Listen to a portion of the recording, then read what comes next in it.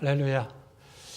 예, 참 제가 정말 목사님 말씀대로 보니까 제가 거의 1년 만에 다시 이 자리에 오게 됐습니다.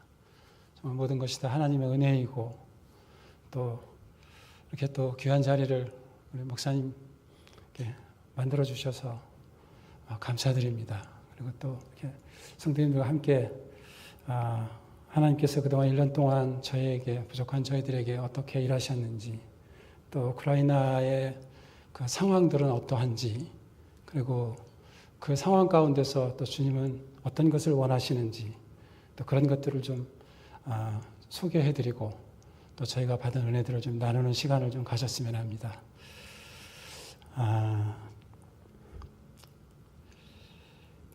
아시다시피 지금도 그 우크라이나는 전쟁 중에 있습니다. 이제 다음 2월 24일이면 이제 만 4년이 되는, 그러니까 전쟁이 시작된 지 만 4년이 되는 상황입니다. 그러니까 전쟁이 뭐 한 일주일 한 달만 있어도 그 폐해가 막심하고 많은 사람들이 죽는데, 우크라이나는 4년 동안 지금 일방적으로 이렇게 두드려 맞고 이렇게 많은 어려움을 겪고 있습니다. 그래서 저는 오늘 러시아도 많은 피해를 당하고 있겠지만 군인들이 죽고요. 그렇지만 제가 그쪽 사정을 알지 못하지만 우크라이나의 피해 상황을 가지고 좀 말씀드리도록 하겠습니다. 잠깐 자료를 좀 띄워주시면 함께 설명드리도록 하겠습니다. 이 전쟁 중에 서방의 그 전략 비교 분석 자료라는 것이 있습니다. 서방 세계에서 현재 얼마나 많은 사람들이 죽고 다치고 또 피해가 있는지를 이제 전략적으로 분석하는 그런 자료인데요. 우크라이나 전사자와 부상자를 합친 숫자는 50만에서 70만 명 정도로 보고 있습니다. 이것은 우크라이나가 실제로 밝히는, 정부에서 밝히는 숫자보다 몇십 배 많은 숫자이고요.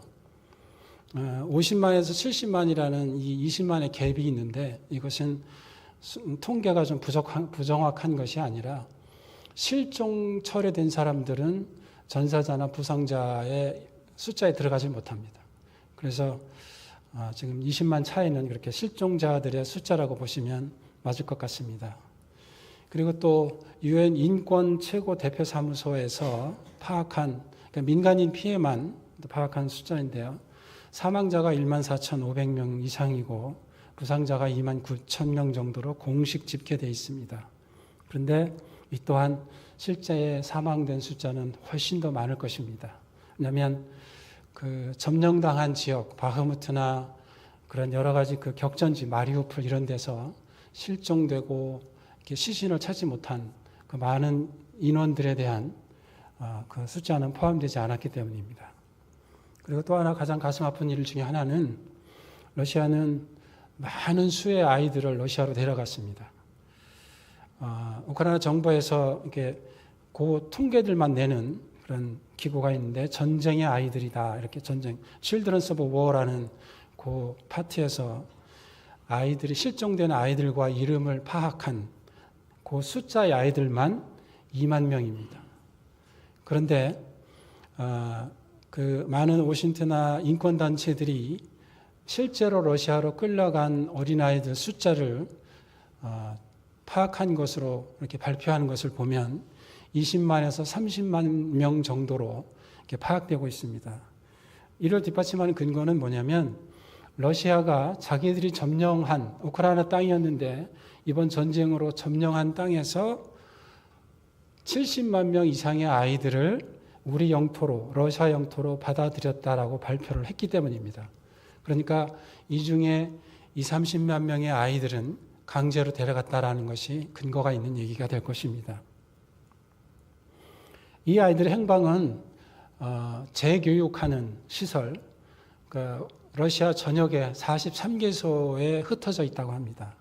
거기에 아이들을 수용해서 사상교육을 시키거나 또는 러시아의 가정으로 강제로 입양시켜서 러시아의 사상과 러시아를 이렇게 좋아하는, 어린아이들이니까 그냥 러시아 생활에 젖어서 친러시아파를 만들어내는 이제 그런 전략이라고 합니다.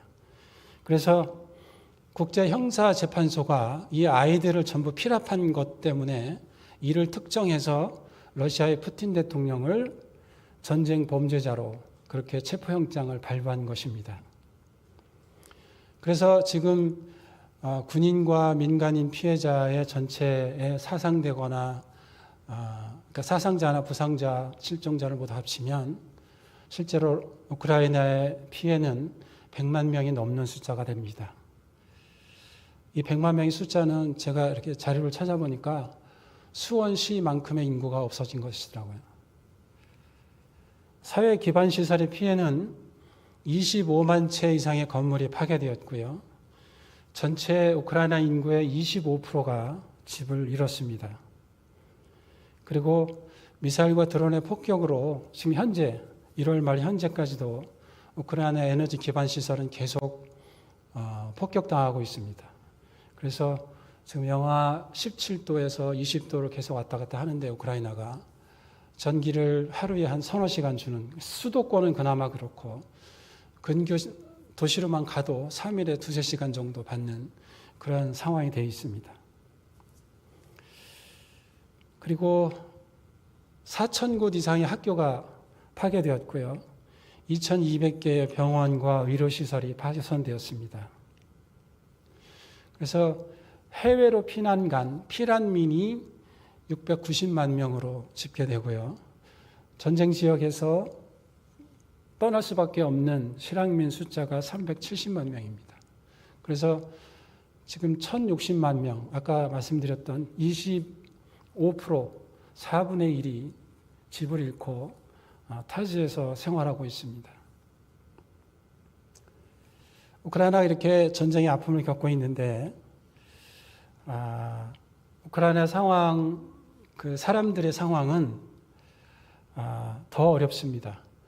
전쟁이 이렇게 오래되면서 이렇게 어느 정도 적응이 되는 것이 아니라 전쟁이 갈수록 격화되기 때문에, 그리고 전선이 따로 없을 정도로 수시로 그 미사일과 드론들이 날아오고 있기 때문에 참 어려운 사람들은 더 많아집니다.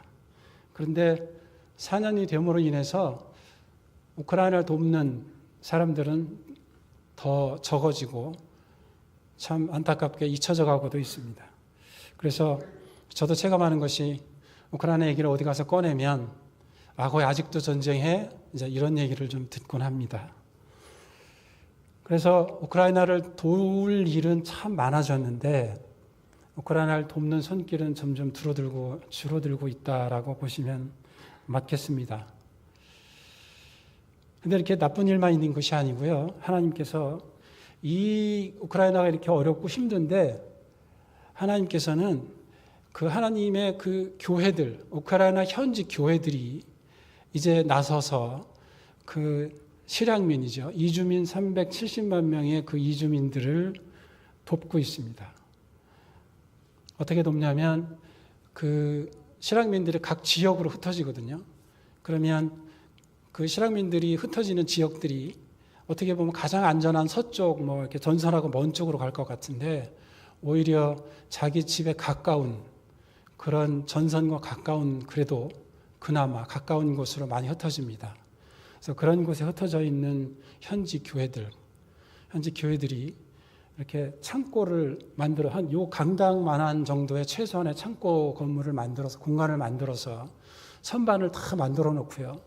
구제물품들, 중고들, 속옷부터 시작해서 누가 신던 양말이든 뭐든지 옷을 다 이렇게 그런 생필품들을 이렇게 저장해 놓습니다. 그리고 문을 개방합니다.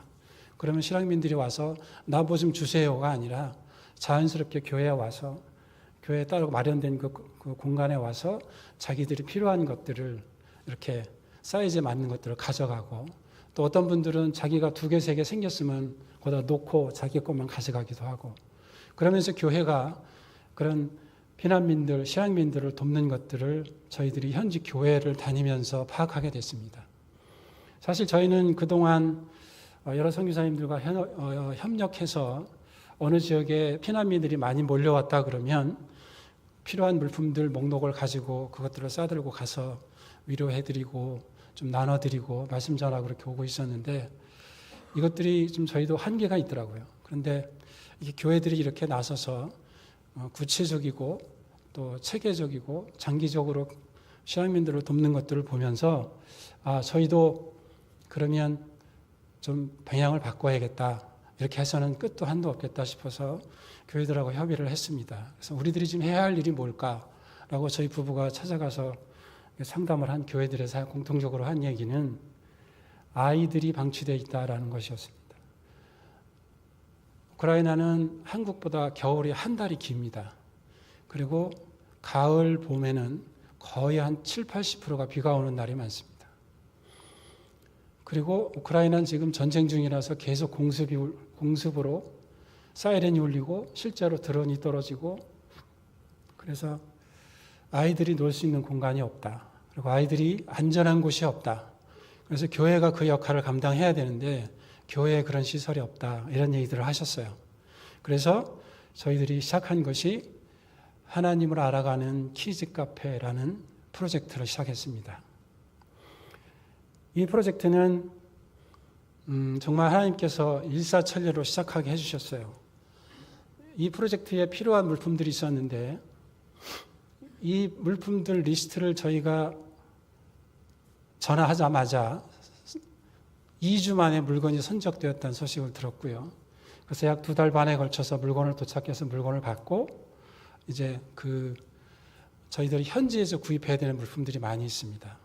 키즈카페에 들어가는 물품들이 뭐냐면 아이들 이 바닥에서 안전하게 놀 수 있는 매트하고 그다음에 블록놀이류, 볼풀, 여러 사진으로 보시겠습니다만 많은 것들을 준비해서 교회에 설치를 해야 합니다. 그래서 그런 것들을 저희가 준비해서 설치해주기 위해서 저희들이 예산이 필요했는데 이 또한 예산도 이미 하나님께서 확보해 주신 것을 저희들이 알게 됐습니다. 그 예산의 첫 번째에 키즈 카페를 만들어낸 예산은 바로 여러분들이 해주신 사랑과 기도와 후원으로 해주신 물질이었습니다. 작년에 제가 여기 왔을 때 정말 많은 사랑을 받았죠. 참 목사님 말씀해 주시고 기도해 주시고 여러분들 다 함께 통성으로 기도해 주셔서 그리고 그 기도와 그 또 주신 물질들이 저희들이 이게 너무 귀해서 이거를 구제하는데 저희가 사용하지 못하고 하나님 이거 어디에 쓸까요? 라고 생각하고 있었는데 이 첫 번째 키즈 카페를 열게 하는데 이 예산이 딱 맞아 떨어지는 예산이었습니다. 그래서 저희가 드니프로페트롭스크라는 전선에서 얼마 떨어지지 않은 도시에 생명의 빵이라는 교회인데요. 저 교회입니다. 저 교회 전경이고요.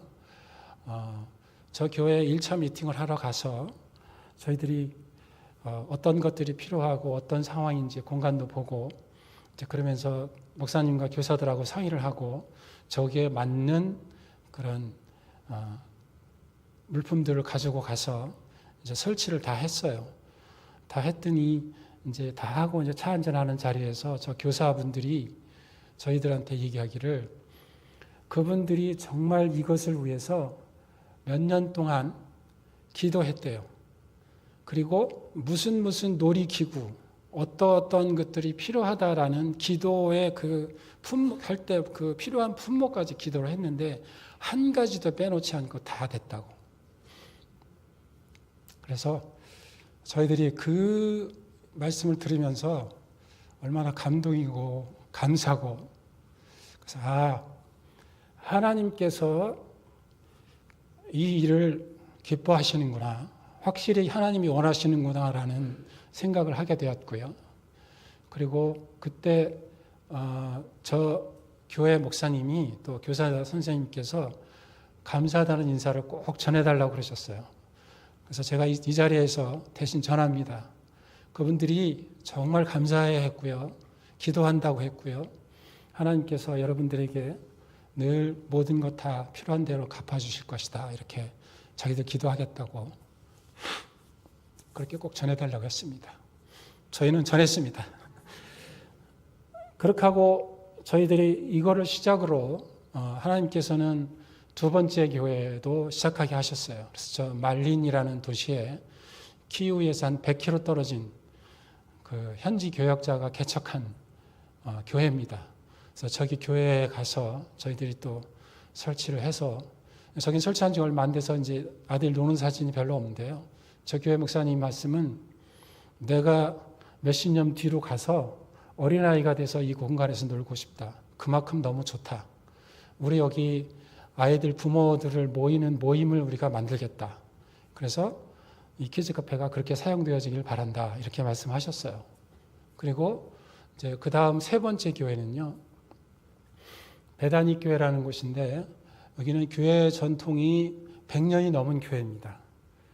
그래서 이 교회가 너무 추워요. 난방이 안 돼서. 저희가 갔을 때도 너무 춥고 공간이, 아이들 공간이 없어서 너무 이거를 하고 싶은데 현재 공간이 없습니다. 그래서 상담을 하고 왔는데 공간이 없어서 할 수가 없다고. 근데 저희들이 생각하는 공간은 교회 식당 건물로 쓰던 게 있는데 그거를 창문을 바꾸고 난 다음에 연락하겠다 그런 거예요. 그래서 저희들이 창문까지 해줄 수 있는 예산은 없어서, 그래서 기도하고 있었는데 한 3주 후에 연락이 왔어요. 그래서 가서 그 교회에 별도로 만들어진 식당 건물을 포기하고 저 베다니 교회에 가서 그 세 번째 키즈 카페를 만들고 왔습니다. 저기에서는 아이들이 얼마나 천진하게 노는지요. 만드는 순간에 그걸 이렇게 조립하고 만들고 있는데요. 벌써 아이들이 와서 대기하고 있어요. 그래가지고 그걸 다 만들어 놓자마자 막 저렇게 애들이 와서 막 사진 찍고 뭐 웃고 떠들고 뭐 난리가 아니었어요. 그리고 제가 이 교회에서 더 감동적인 얘기를 들은 게 하나 있는데요. 한 집사님이, 현지인 집사님이죠. 자기 1년치 봉급의 반을 들여서 그 주변에 학교가 있어요. 우리나라로 따지면 초등학교가 있는데, 초등학교 중등과정까지 있는 학교가 있는데, 그 학교 아이들이 끝나면 갈 데가 없으니까 그 집사님 중 한 분이 교회 마당에 자기 1년의 수입의 반을 털어서 야외에 놀이터를 하나 만들었더라고요. 뭐 큰 미끄럼틀도 있고 뭐 이렇게 사다리 같은 거 타고 올라가는 것도 그렇게 뭐 썩 좋아 보이지는 않지만, 아무튼 그분은 자기 수입의 반을 털어서 만드신 거예요. 그러니까 그 교회 다른 여러 젊은 분들이 모래도 이렇게 퍼다가 그 밑에 당신들이 깔고, 어떤 분은 또 타이어 잘라다가 이렇게 경계도 만들고, 여자 집사님들은 꽃도 만들고, 야외 그 주차장 구변에 고기를 어린이 놀이터로 너무 잘 만들어 놓으신 거예요. 그런데 날씨가 추워지고 어려우니까 이제 이런 공간이 필요했었노라고, 이제 그러면서 그렇게 하나님께 감사 돌리는 얘기도 들었습니다. 제가 작년 이맘때 여기 와서 저희 기도 제목을 목사님 통해서 말씀 나눠드릴 때, 저희가 선교센터 건물을 짓고 싶습니다 그랬어요. 어린아이들을 돕겠다고.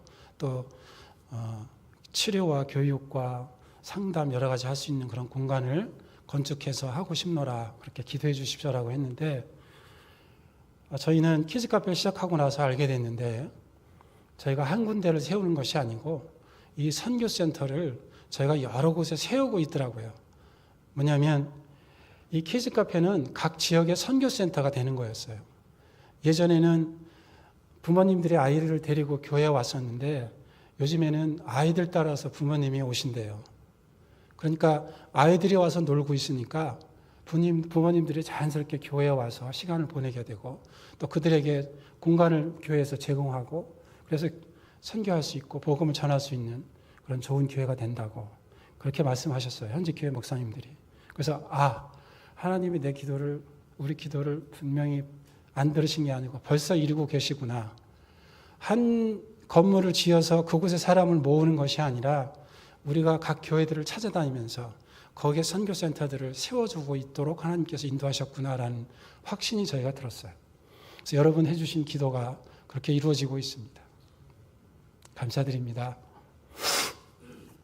그리고 키즈 카페는요, 왜 이게 참 중요하냐면요, 우크라이나 복음화율이 이렇게 퍼센테이지로 따지면 2에서 4% 정도예요. 그런데 그 미국 자료, 국무부 자유인권 보고서 자료에 의하면, 제가 인터넷으로 조사한 수치입니다. 우크라이나 정부에서 정확하게 숫자가 안 나와서 3.7%래요. 그런데 이 3.7% 중에 3.7%밖에 크리스찬이 안 되는데 이주민들이 370만 명이잖아요. 근데 이들 중에 18세 이하 어린이 통계를 제가 조사하니까 90만 명이에요. 근데 이 중에 12세 이하는 60만 명이었어요. 그러면 이 60만 명의 아이들이 지금 어떻게 보면 방치되어 있다고 보시면 맞는 겁니다. 워킹맘들의 비율은 이 중에 35만에서 40만 명이에요. 그러니까 35만에서 40만 명의 남자들은 다 군대 갔으니까 엄마가 일을 해야 되는데 엄마가 일을 하는 비율이 35만에서 40만 명이라는 거죠. 그렇다면 이 엄마들의 아이들은 방치되어 있다고 보시는 게 더 맞죠. 그러니까 이 아이들을 케어할 수 있는 일이 없었던 거예요. 그러니까 현지 교회들이 아이들을 위한 시설이 필요합니다라고 얘기를 했었고요. 여러분들의 기도와 물질의 후원으로 이렇게 아이들을 위한 장소가 만들어지고 있습니다. 그래서 이 키즈 카페는 선교센터로서 역할을 하면서도 하나님을 알게 하는, 아이들에게 하나님을 알게 하는 첫 번째 교육 공간이 됩니다. 키즈 카페를 담당하는 선생님, 꼭 저희가 키즈 카페를 열기 위해서 많은 교회들이 요청하지만 저희들이 찾아가서 상담하고 주중에도 계속 근무할 수 있는 성경 교육을 할 수 있는 선생님이 계신지, 그리고 이것을 수입원으로 삼지 않고 무료로 개방할 수 있는지, 교회가 그 필요한 난방이나 이런 모든 시설을 해줄 수 있는지를 점검하고 저희가 그걸 우선순위로 해서 키즈 카페를 만드는데, 이 키즈 카페를 담당하는 선생님들이 찾아온 아이들에게 자연스럽게 놀이를 통해서 하나님을 알아가게 할 수 있는 그런 방향을 정하고 또 그렇게 방침을 정하고 시작하고 있습니다. 이를 위해서 저희가 키즈 카페마다 꼭 들어가는 게 하나 있는데 대형 스마트 TV를 하나 벽에 설치합니다. 그래서 그 TV를 통해서 필요한 자료들을 방영하고 또 바닥에 그 매트는 전부 영어 공부를 할 수 있도록 이렇게 구조가 된 매트였고요. 그래서 일반 교육과 하나님을 알아가게 하는 신앙 교육을 겸할 수 있는 교육 공간이 됩니다. 우리 같이 기도해 주신 선교센터의 기능 중에 교육 공간도 이렇게 들어갈 수 있었어요. 그 다음에 키즈 카페는 아까 말씀드렸던 대로 환경에 구애받지 않은 공간이라서 아이들이 마음대로 와서 제한 없이 놀고 싶은 만큼 놀 수 있는, 모든 것들 뭐 하면 안 돼가 하나도 없게 했어요. 그러니까 뭐든지 할 수 있게. 벽에 낙서해도 돼. 저희가 낙서할 수 있는 낙서판도 만들어 놨고요. 그러니까 거기에 와서는 아이들이 제한이 없는 거예요. 뭐든지 할 수 있는 제약 없는 공간이다. 그렇게 저희들이 꾸몄습니다. 그리고 이 키즈 카페는 이렇게 전쟁 트라우마를 겪는 아이들이 참 많아요. 우크라이나에. 생각해 보시면 저희도 좀 이렇게 자다가 드론 소리가 휑하고 나면 드론이 어디쯤 오는구나.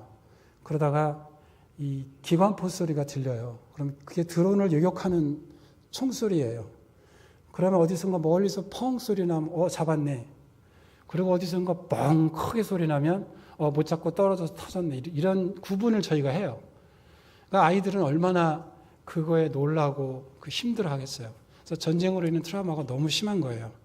그런데 그 아동 심리학 박사이신 분을 저희가 한번 소개를 받아서 그분하고 제가 상담을 하고 그분이 심리 치료를 하고 있는 놀이 공간을 통해서 아이들을 이렇게 심리 치료하고 있는데 그분에게 우리가 요청을 했습니다. 우리 교사 선생님들을 좀 교육시켜 줄 수 있냐.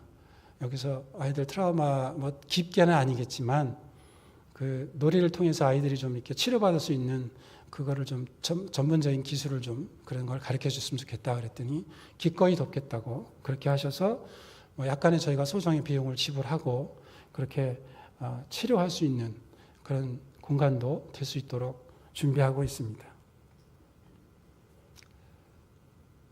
이렇게 지금 우크라이나는 전쟁 상황이지만 그 상황 가운데서 저희는 하나님께서 어떻게 역사하시는지를 직접 봤고요. 경험했습니다. 그래서 저는 오늘 그 본문에 베드로가 그 예수님이 잡혀가시잖아요. 그러니까 어떻게 보면 베드로 입장에서 보면 참 전능하신 우리 주님이 분명히 뭔가 하실 수 있을 것 같았는데 아무 저항 없이 잡히시고 끌려가시는 상황에서 베드로가 그나마 다른 제자들은 다 도망가는데 베드로는 멀찍이 쫓아가잖아요. 그리고 대제사장 뜰에서 저렇게 3번 부인을 해요. 근데 그때 예수님이 저 멀리서 베드로를 바라보시는 거예요. 주께서 베드로를 바라보시니 라는 말씀 61절이죠. 그렇게 그 베드로와 주님이 시선이 딱 마주하는 순간이 있어요. 성경에 보시면 그 딱 순간에 베드로가 자기 죄를 그 예수님이 하신 말씀이 생각나고 자기가 한 행동 그 죽을 것 같은 그 두려움과 그 상황 속에서 자기가 예수님을 부인했던 그 사실을 깨닫죠. 그리고 펑펑 웁니다. 그러니까 예수님과 시선을 마주하면서 깨닫게 된 것이죠. 주님이 계셨고 주님이 나를 바라보고 계시다는 것을. 그리고 베드로는 자기의 상황을 받아들이면서 그것이 어떻게 발전되는지 그 다음에 보면 예수님이 디베라 호숫가를 찾아가시잖아요. 디베라 호숫가를 찾아가셔서 그 제자들이 고기 잡는 제자들을 위해서 아침 준비를 다 하시고 그리고 제자들을 부르시는데 이때 제자들이 내려간 상황은 저는 신학자가 아니라서 잘 모르겠지만 마태복음 28장 10절에 보면 예수님께서 갈릴리로 가라 제자들 보고 갈릴리로 가라고 하셨어요. 그 전에도 말씀하셨지만 근데 이 제자들은 예수님이 부활하신 후에도 다락방에 모여서 두려움에 떨고 있었을 때 예수님은 2번이나 찾아가셨고요. 근데 그 다음에 제자들이 디베라 호숫가로 7명의 제자들이 물고기를 잡으러 간 거예요. 그래서 저는 신학 공부 안 해서 잘 모르겠지만 이 제자들이 그 갈릴리 호수로 가서 고기를 잡는 것이 정말 아무 뜻이 없어서 이제 내가 할 일이 없어서 갔는지 예수님 말씀대로 갔는지 전 잘 모르겠습니다. 그렇지만 예수님께서 이들을 찾아가셔서 조반을 준비하시고 그리고 부르셨어요. 그리고 베드로에게 말씀하시죠. 네가 날 사랑하느냐라고 말씀하십니다. 이때 예수님은 성경에 기록되어 있지는 않지만 분명히 베드로를 보시고 시선을 마주하시고 물으셨을 거예요. 베드로야 네가 날 사랑하냐라고 멀리 외면하고 물으시진 않으셨을 거잖아요. 그러면 베드로가 그때 시선을 마주하죠. 주님과. 그리고 대답합니다. 예, 주님 사랑합니다. 또 물으시죠. 예, 사랑합니다. 또 물으십니다. 베드로가 사랑한다고 주님께서 제가 주님 사랑하는 줄 주님께서 아십니다라고 고백하죠. 주님이 베드로를 이렇게 바라보시고 물으시는 것은 왜 물으실까?